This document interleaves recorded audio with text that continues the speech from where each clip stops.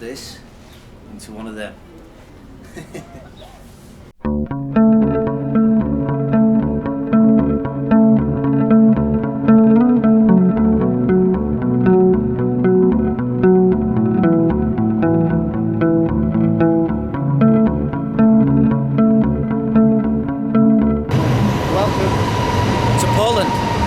Specifically Gdańsk, which makes up one of the three cities in the Polish Tricity area.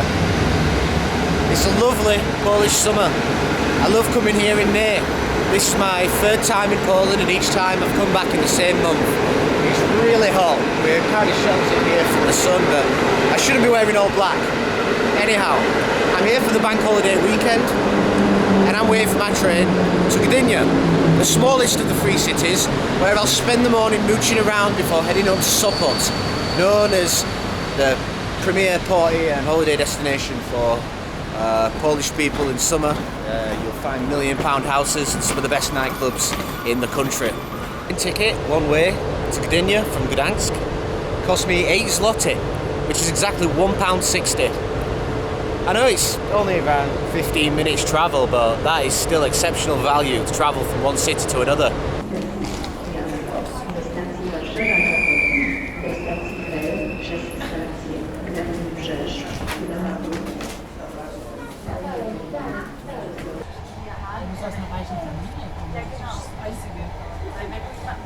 I've just arrived here in Gdynia. Very short and pleasant train ride from Gdańsk, which actually passes through Sopot. I never realised just how close they all were. I knew they were all in the vicinity, but wow. It's easier to travel between all three cities than it is to travel just around London or Paris or probably even Warsaw here in Poland. Anyway, first impressions, it seems like a pretty regular town, you know. I'm just going to enjoy a little cider I got from the shop. Enjoy basking in this sun, and then I'm going to find the beach, which I believe there is one not far from here. Probably spend an hour or two, just see the vibe. I don't think there's a lot to do. Antony Abraham, a staunch proponent of Pomeranian culture and a famous writer. He died here in Gdynia in 1923. That might be just about the most famous figure around here. I've never heard of anybody else. Just over here there's a lady applying makeup to passerbys for free. Don't know what all that's about. Don't know if there's an event going on somewhere maybe, or she's just got nothing else to do, but kind of cool I guess. Not sure I'll get mine done though. They probably make good content, but I don't want to get beat up later on in the night walking around wearing makeup in Poland. Now I've found where all the domestic tourists come here in Gdynia. All the rich bringing all their nice luxury boats that they probably take all over to Sopot, to Gdańsk, and further beyond maybe to some other beach towns into the Baltic Sea. It's lovely. There's just a slight breeze coming from the water that keeps me a little bit cool, but it's still very hot. Much too hot to be dressed like this. Stick out like a sore thumb from black joggers and a black t-shirt. Everybody's looking all appropriately dressed for summer. I'm going to take a little walk down the waterfront this way and then follow the crowds. How much money do you think a boat like this would set you back? I don't know how much these kind of boats cost, but I'm going to guess at least $1 million. Look at it. Nice little bit of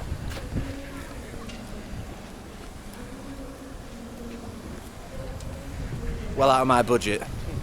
I know that much is true. Maybe one day would be nice. Vendor, famous Polish engineer apparently, and the one-time construction manager of this port.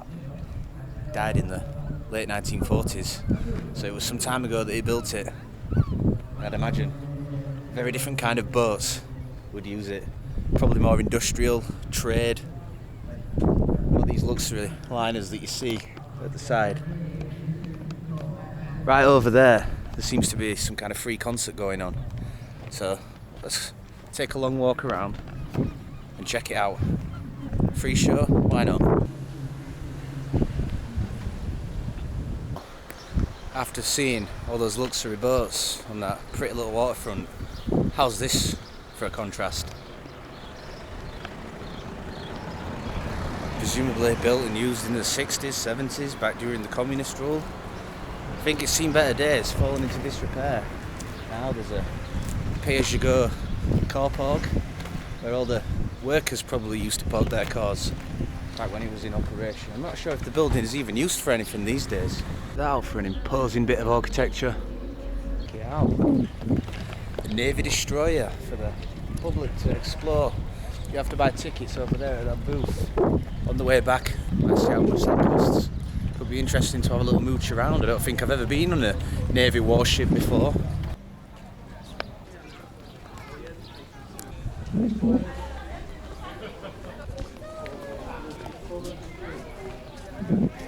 Yeah, Zurich, one of my favourite Polish foods, and then of course some fresh fish. Usually the golden rule is to avoid restaurants with pictures on the board outside, but that differs country to country. In Italy, you'd avoid like the plague. Yeah, could still be good.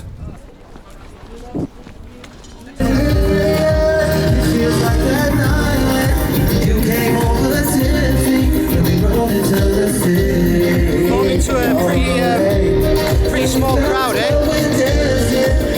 Not many people interested, even though it's free. Guess it's just sort of background music for people as they walk around.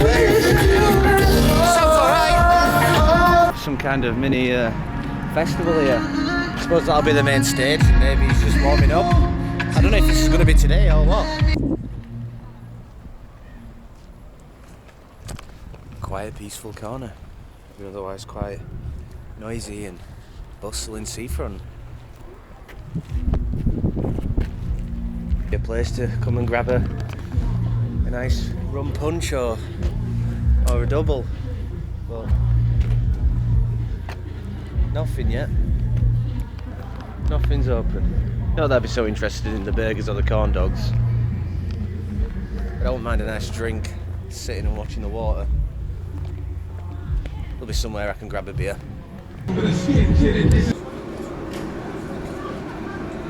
Looks like they've finished warming up, so no more free show for a while.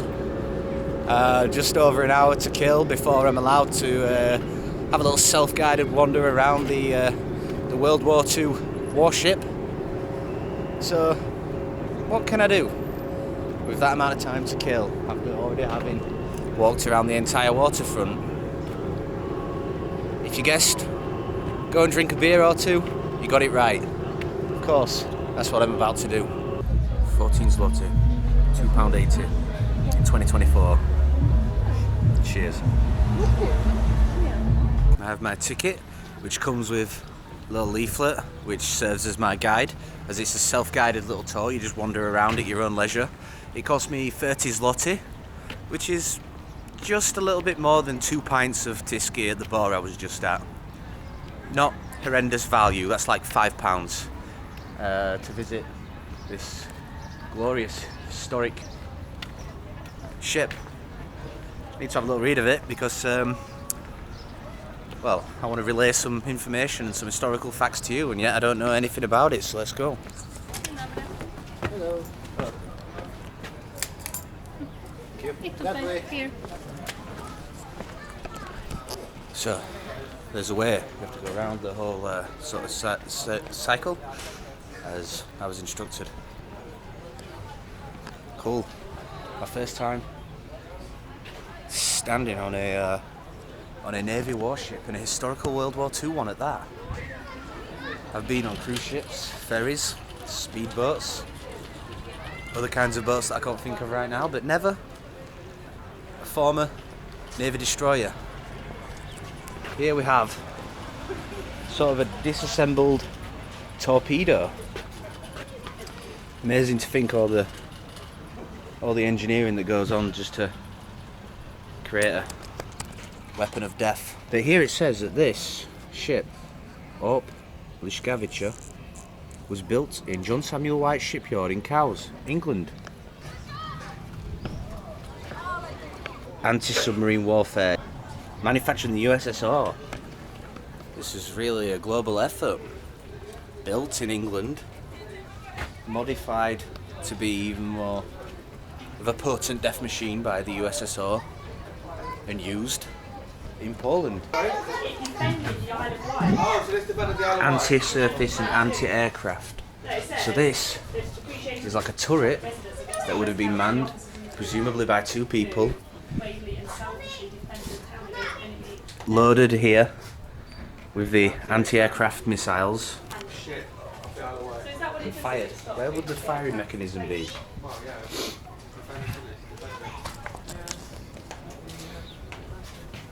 Electric ammunition lift.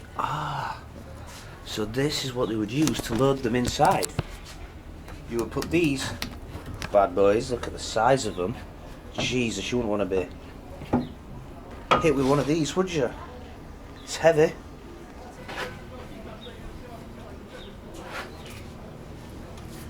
Look at that. You load this into one of them.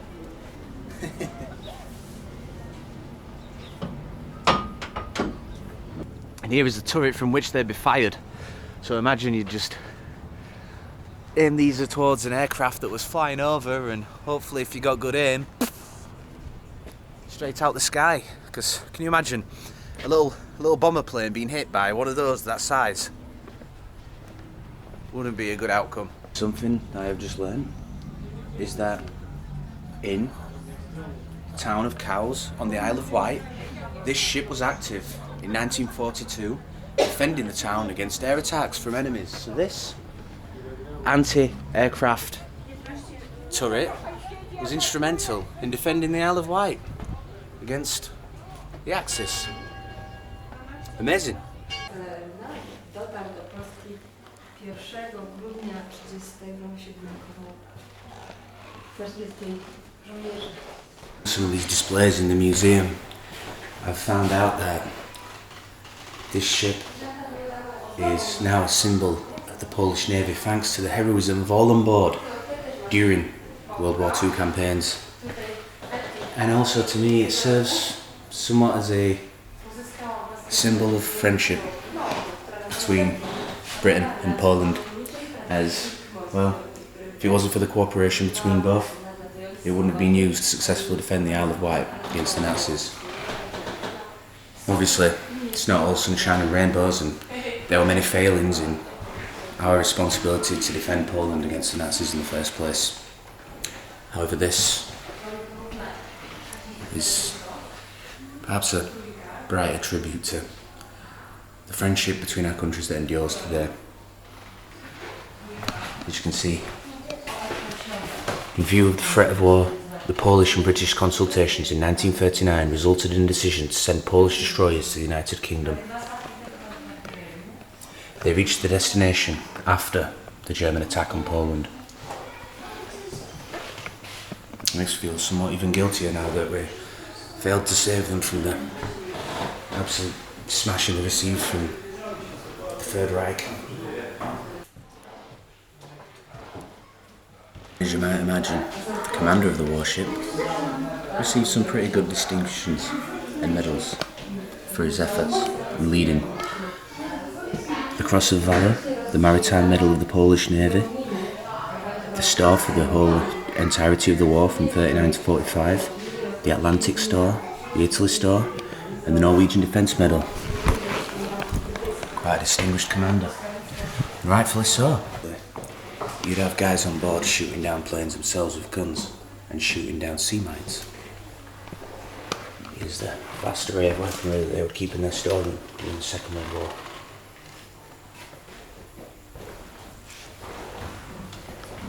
I suppose what the communications room would look like. Here is, well, under the hood, so to speak. I would have imagined this would be exceptionally hot back then, with all the crew members scurrying around during an operation while it was active and quite claustrophobic. Imagine, all you can hear is the bombers, the bombs going off, the bullets flying, you have no idea what's going on out there, no way to communicate, and you've just got to carry on doing your job under composure while you're under here. Yeah, stressful to say the least. Were speaking tubes used for communication to other parts of the ship. A very effective means of communication back then, when obviously they had a lot less technology to rely on. Apparently some of them are still functional, so you could still use them to this day. Hello. Hello. Steam superheater room.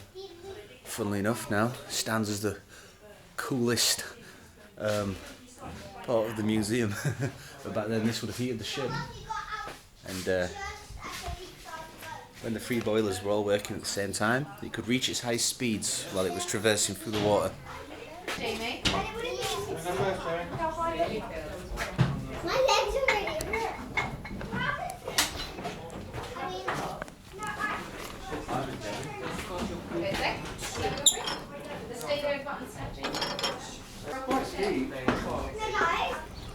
That was pretty cool. Learned a lot of new shit, to be honest. A lot of new history that was linked to my own. But I admit my World War II knowledge is pretty limited, so maybe others would have already known that, but I hope you learned something along with me too. And all the way over there is where we saw the warm-up on the main stage. So I think we've just about done Gdynia's main sights. And I just found this little bar here, and I'm kind of keen to have a beer, do a little bit of people watching just before we head off. I'm really happy that I decided to come here and not miss it on my Tri-City trip. Really enjoyed it.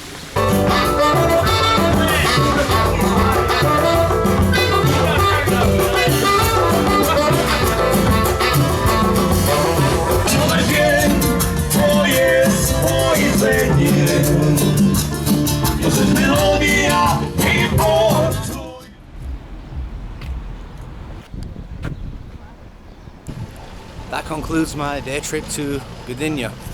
It was a pleasant surprise. I wasn't expecting it to be so fun and for there to be so much to do. But that's the joy of just picking slightly obscure destinations and rolling with it.